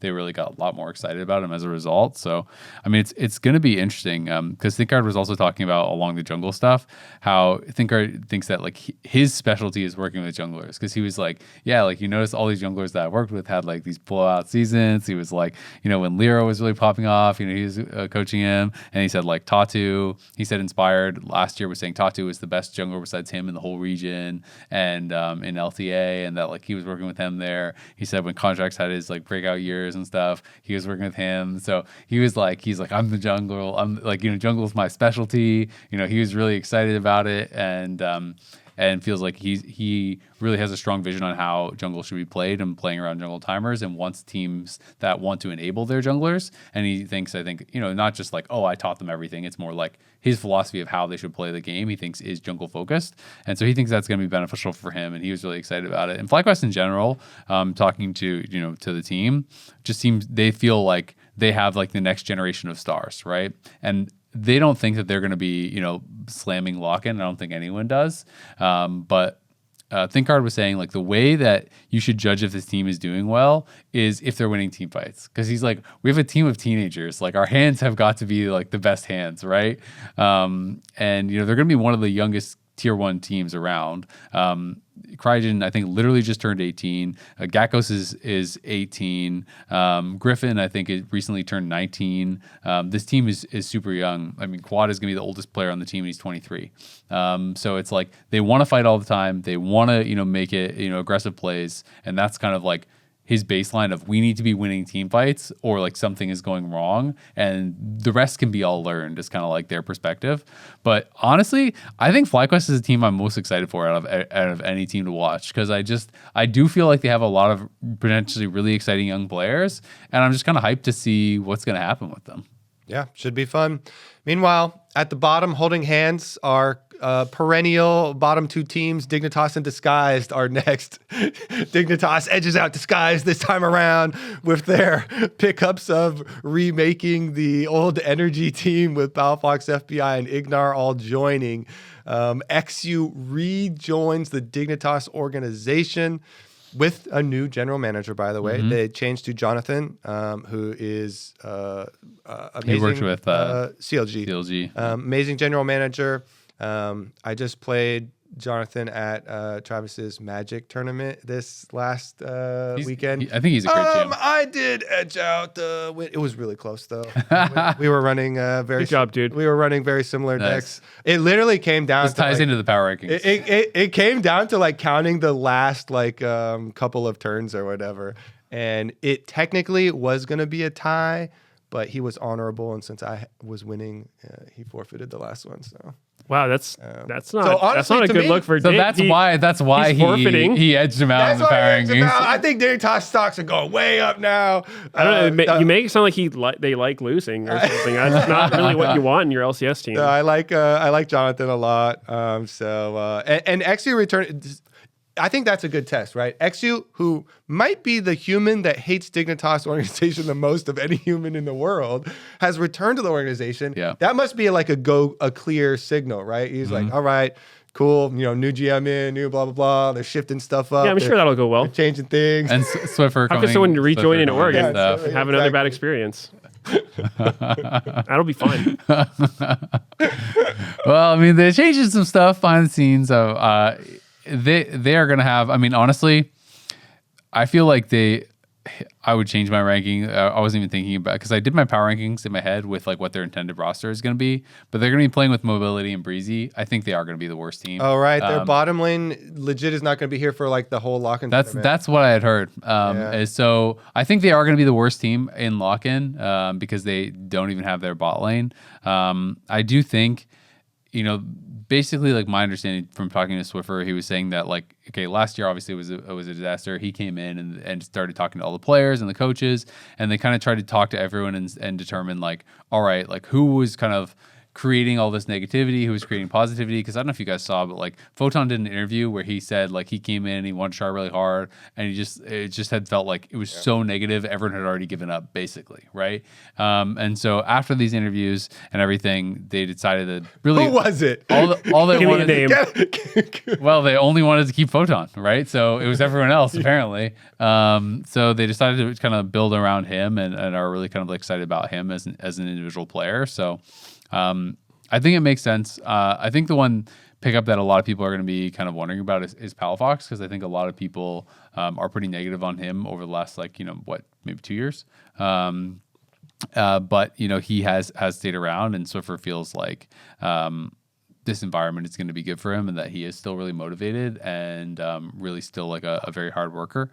So it's going to be interesting. I mean, they wanted to kind of like have that stability of this, this bot lane that it had played together. They were building around. Obviously, they're not going to have that. So that is going to be tough. But it is. I think it's really up to Palafox and Photon to be like the big carries for this team. I think if Palafox can get back to kind of like peak levels of Palafox and Photon can be as good as people think, then I think this team could do some promising things. But like, I think XU needs to develop a lot. I feel like XU showed some good moments and showed that like he can get himself into good positions. But I feel like XU's problem throughout last year was really that he could also throw all those leads away, right? Like he kind of just was over forcing a lot of plays, I felt like. Yeah, I thought by the end of last year he was actually playing pretty well, which, I mean, it is hard to be a jungler on a low tier team because you don't have winning lanes to play off of, and you pretty much always have to be making the hard choices of like, okay, if you're on the first place team, all your lanes are winning. You can full clear nonstop. They'll probably have vision. Their jungler, will have to sacrifice stuff to go for ganks and whatnot. But when you're on the losing team, it's the exact opposite. It's like, if I just full clear, we're going to lose the game. So you have to decide like, okay, where can I sacrifice? What plays will work? And your job is just so much harder. I think he did pretty well given the circumstance, but again, I think he's found himself in one of those tough spots. And so I don't know. I don't think it's going to go too well for them. When they have FBI and stuff, though, I feel like the roster, like it should be more stable on paper than what he had with DSG, right? Oh yeah, like, I mean with their roster, I'm talking intended, like for sure. Playing with subs is super cursed. Yeah, I mean, but I think that it's like when you have subs, no one's going to really expect anything. You know what I mean? It's like the coaches and the GMs and whatever shouldn't have any crazy expectations. It's like they're kind of screwed from their FISA stuff. But it's like once you have FBI there, once you have, it's like your carries are Photon and Palafox and FBI. It's all people with experience. So in theory, that should be a better environment for XU to actually get to show kind of like what he's got, right? And I think, it's Palafox. He's kind of has to be on that redemption arc. All right, for Disguise then, which, since Dignitas have subs, maybe Disguise do deserve a little switcheroo here at the bottom. And bump them up. And bump them up. So is their jungler going to be here? Changing one spots. Kara? Oh, for me, though, I was going to touch on jungle first, actually, because I think that's a good point. I did hear that Kisno is going to have to play instead of Kryra. Or Kryra. But... it's funny because I've actually seen a lot of Kisno in solo queue and on challenger streams and stuff, and every time he's been impressive. So I think they do also have visa issues because Kryra is Canadian as well, and he was supposed to be like who they're building the team around. Yeah, and they wanted to be a jungle focused, jungle carry team. Yeah. So that does suck, but I do like Kisno. I think Kisno is a good replacement at the very least. They were able to scramble a little bit. It probably also is going to throw everything kind of off as far as what their plan was in practice and everything like that. But it was going to be rough either way, I think. I mean, I think that the thing that is like just being straight up, the thing that's really hard for Disguised is like I don't think they wanted to change their roster per se or change so many players out. But the reality is they're the guest slot. Got stolen. Yeah, every other team has a permanent slot, right? So because promo relegation is really, really stressful, if players get an equivalent offer, like an equal, offer, even like a minimum offer on any other team, they're probably going to leave because they don't know if Disguise will have their slot, if they'll even be in the league next year, right? So I think that is something that makes it a lot harder for them to kind of like have that stability. We'll see if that changes over the years. Like maybe if they have better results, people are like, okay, for sure you're not going to lose in promo relegation. You're like a top 5 team or whatever, and then maybe they can kind of get some more stability in that way. But that is something that is working against them, and Sentinels kind of picked them clean a bit, right? Sentinels came in, scooped up all their players, and they had to rebuild, right? The only person they kept was Castle, right? And so that obviously, like I think Castle is spoken of pretty highly when you talk to other top laners, and I think he's been pretty solid. But then it's like a lot of young players, a lot of people that they're going to be taking more of a risk on. Like Kryra, they're super hot on. Ido, like his whole thing is he thinks like we should be giving up objectives, focusing on getting the most possible gold for Kryra. We should have gold advantages, but like objective deficits, and then we should show up to the late game fights and we should win. Like that's the way that he envisions it, and really putting all those eggs in Kryra's basket. And Sajed is someone that I think a lot of the tier 2 guys have been hyping up to me for a long time. They feel like he's kind of like the next coming of Masu and a player of that caliber who can be really, really strong individually. The question is when you have like so many kind of like uncertain pieces, like how are they going to all work together? How is Calmy going to fit in? He's supposed to be kind of like more of a stable player, but I do think it's difficult when you have so many different pieces changing all at once and all coming together, and a lot of those are young players and rookies and stuff too. Yeah, and like you mentioned, dealing with the visa issues, going to have a different roster. Your main player not being your main player, that's hard. So not a lot of expectations for these guys. That's the bright side. Castle's impressed me. He's been on low tier teams pretty much the whole time he's been here, and he's still managed to stand out as looking pretty good. So I think that says a lot. Maybe they'll surprise us. I think the only reason that the Skies were able to keep Castle is because Sentinels got impact, and so they already had a top laner, and they're like, all right, fine, you can keep him. You can keep one. They're taking everybody else. Honestly,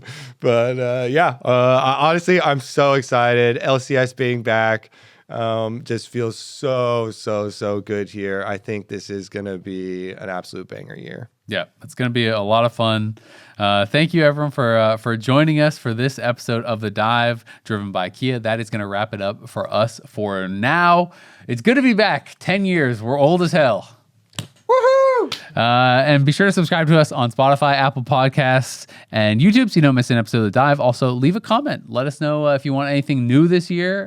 We were talking about maybe including a cool play each week. If we're talking about a play, maybe we'll have like a video component of that. So if that sounds like a cool idea, or if you have any other suggestions, hit us up. Let us know. LCS returns with the Lock-In tournament. It's going to be really fun. We actually never addressed it, but it's going to be a Swiss format tournament. It's all BO3s and BO5s this year. It should be really, really fun. Simple formats. You're going to be able to understand them, and there's going to be lots of very good games. It's going to begin this Saturday, January 24th at 1 p.m. Pacific as Cloud9 takes on TL. What a banger! What a banger! And if you want to play Pokemon Go, my friend is in the comments, and referral code, get free stuff.